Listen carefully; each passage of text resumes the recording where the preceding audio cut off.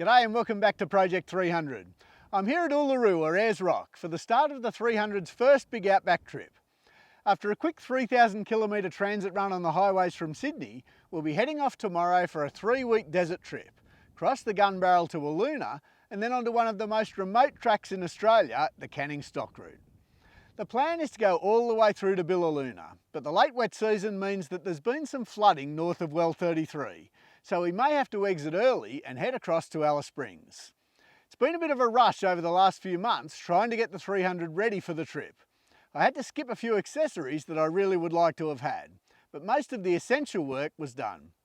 On the outside, the most recent additions are the Kmart rear bar with dual wheel carriers, the long range of fuel and water tanks, and the XGS upper control arms for the front suspension. I didn't have time to get any permanent paint protection done, so I'll be applying a quick temporary coating called Road Warrior. It'll be interesting to see how that handles the trip.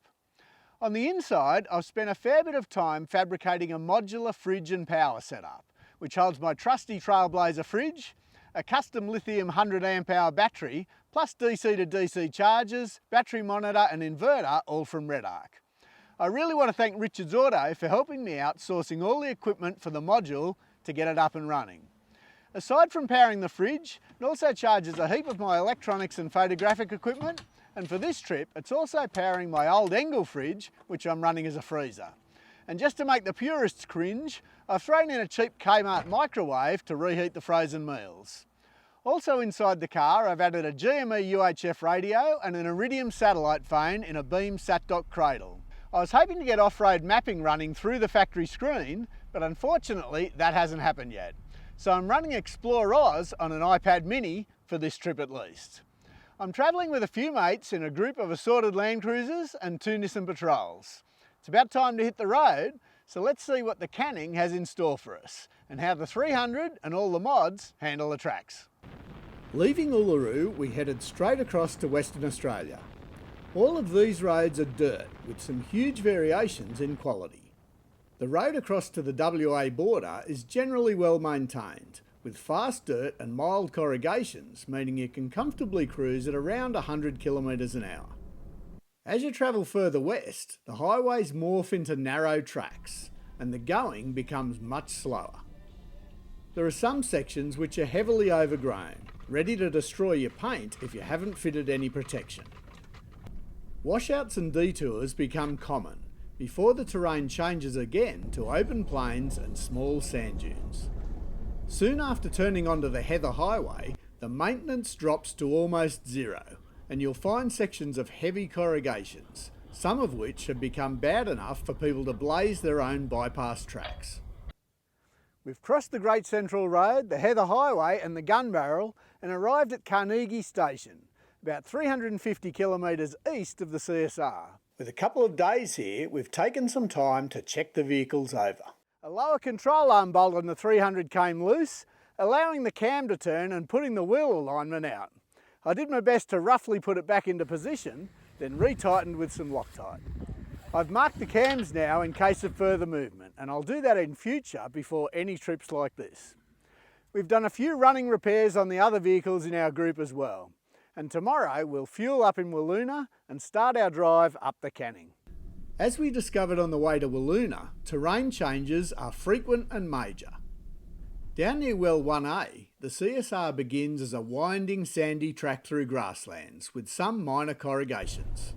Then in what seems like the blink of an eye, you'll find yourself driving through sparse vegetation over hard-packed clay and rocks.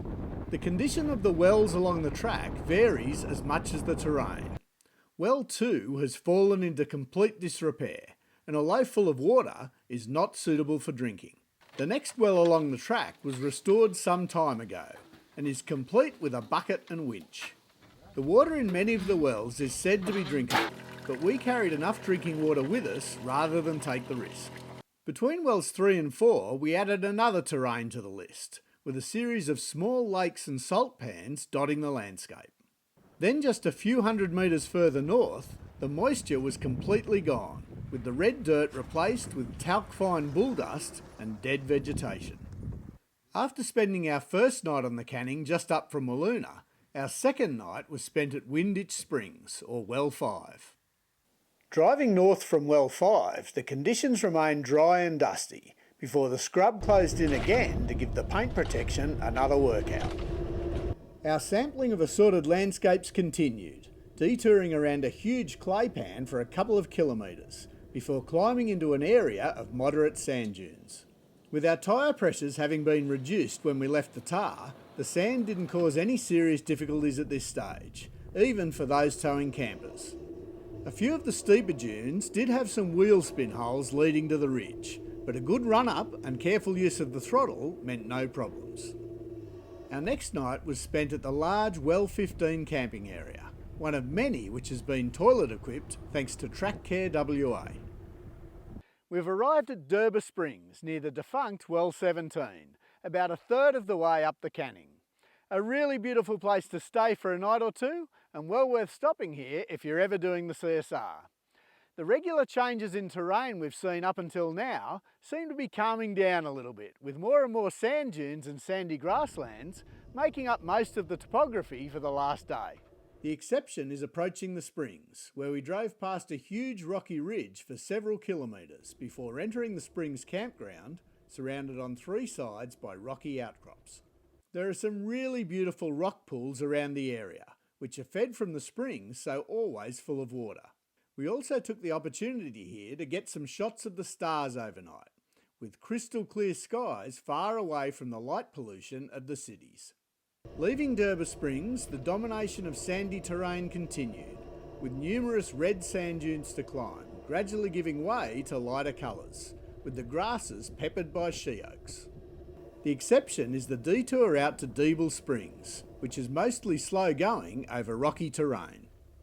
Continuing north, we headed through an extremely arid area, with plenty of dead trees and little sign of animal life. Soon after, we reached Savoury Creek. The CSR runs beside the extremely salty creek for a couple of kilometres, before it flows into Lake Disappointment. The track crosses the lake in a couple of sections, but the salt was hard packed, so didn't present any issues. Leaving the lake behind took us back up into the red dunes, where we came across our first herds of camels, an introduced species which has thrived in the harsh, dry terrain. After spending the night at Georgia Bore, we didn't get far the next day, with one vehicle in our convoy suffering a major fuel tank failure. Unable to repair the tank on the track, it brought their trip to an end, exiting the CSR along the Talawana track towards Kalgoorlie. The failure reduced our travel for the day to just 40 kilometres, but despite the short distance, we still managed to cross some big terrain changes, from open rocky plains, across the familiar corrugated yellow sandy grasslands, and finally overgrown shrubs, before we reached Well 24 for our next night.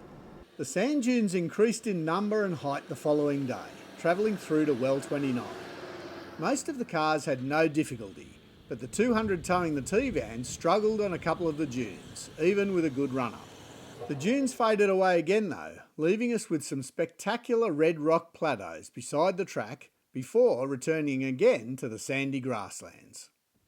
We headed off early the next morning to reach Coonawarrigi. The sandy grasslands continued for most of the day, delivering some amazing landscapes with the spinifex blowing in the gentle breeze. Coonawarrigi is the first and only fuel availability along the Canning, and I used a total of 187 litres from Wiluna, including a few detours along the way. In addition to fuel, the community has donga-type accommodation if you want to live it up, plus a general store and sometimes access to basic workshop facilities for emergency repairs. After some extreme corrugations along the CSR, particularly leading into the town, we took the opportunity to thoroughly go over the vehicles and discovered a few issues to rectify. One of our party had a cracked wheel carrier, which we welded up in the community workshop, and the faceplate of my fridge module had suffered a stress fracture, which we patched up with parts from an old Telstra phone box which was lying around nearby. With repairs complete, vehicles fuelled and fridges restocked, we continued our journey north. The terrain was consistently red sand dunes now, but the going was pretty easy, with nothing to give us any serious problems other than some patches of deep corrugations to slow our progress occasionally. Between wells 42 and 43, we crossed the dry bed of the Percival Lakes. a 10-kilometre stretch of hard-packed clay which would be impassable in the wet season. The dense scrub returned by the time we reached well 48, and I was again thankful for the paint protection. We've now reached the massive inland sea that Lake Gregory has formed into. As you can see, there's no way of continuing up the CSR from here. Well 51 is about a kilometre in that direction, well and truly underwater. We sent the drone out there, but the only other way of getting there would be in a boat. So we're going to take the bypass track out to Moorland that they've just put into place, and then we'll go and have a look at Wolf Creek. The bypass track wasn't really a track so much as a pair of tyre tracks you followed through the spinifex. With the path having only been set a few days earlier and having very little use, we were almost blazing the trail ourselves. The spinifex made for slow going and also needed occasional checks of the exhaust system to ensure there was no build-up of grass which could cause a fire. Completing the detour returned us to the CSR, and we doubled back a few kilometres to spend the night at Hanover Camp, on the northern side of the engorged Lake Gregory. The sheer volume of water needs to be seen to be believed, stretching off as far as the eye can see. It made for an amazing sunset from the campsite.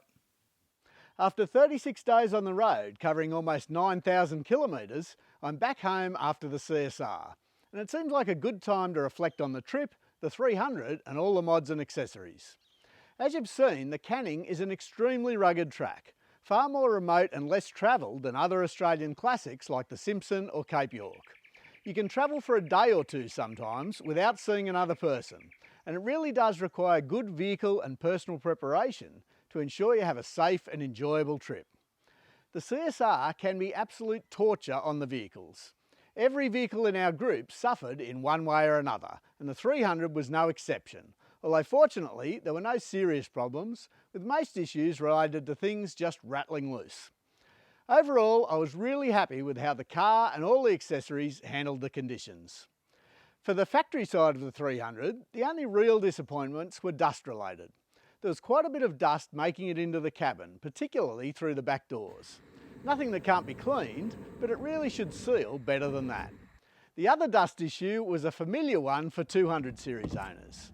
Even with the cleaner air provided by the Safari snorkel, I had noticeable levels of dust making it through the air filter to the clean side of the airbox. Just like the 200, this is far from ideal because dust inevitably causes increased engine wear.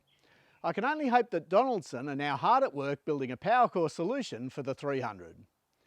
As I mentioned earlier, the lower control arm bolts on the front suspension came loose, so I'd recommend putting some Loctite on those.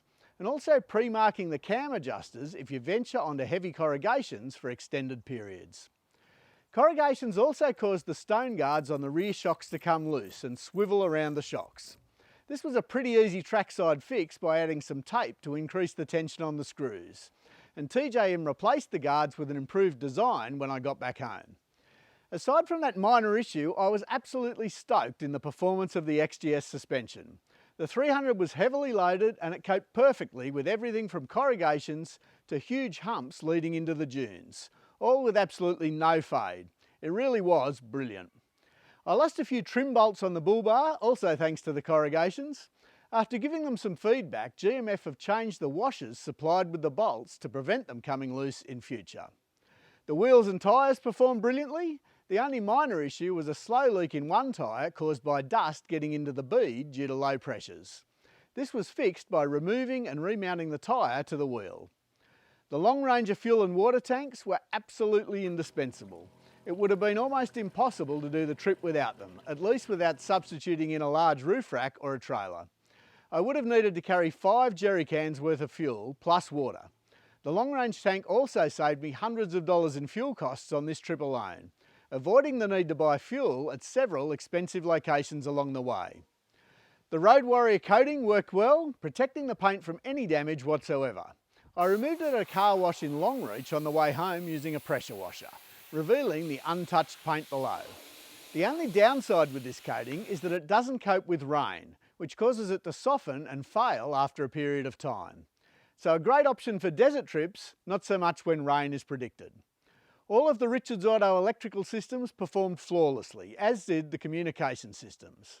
Starlink and the Iridium phones in particular proved to be an invaluable aid to the trip when members of our group suffered from problems. We were able to access the internet to find parts, call ahead to arrange repairs and ensure reliable communications between cars when we were well beyond the range of UHF radios.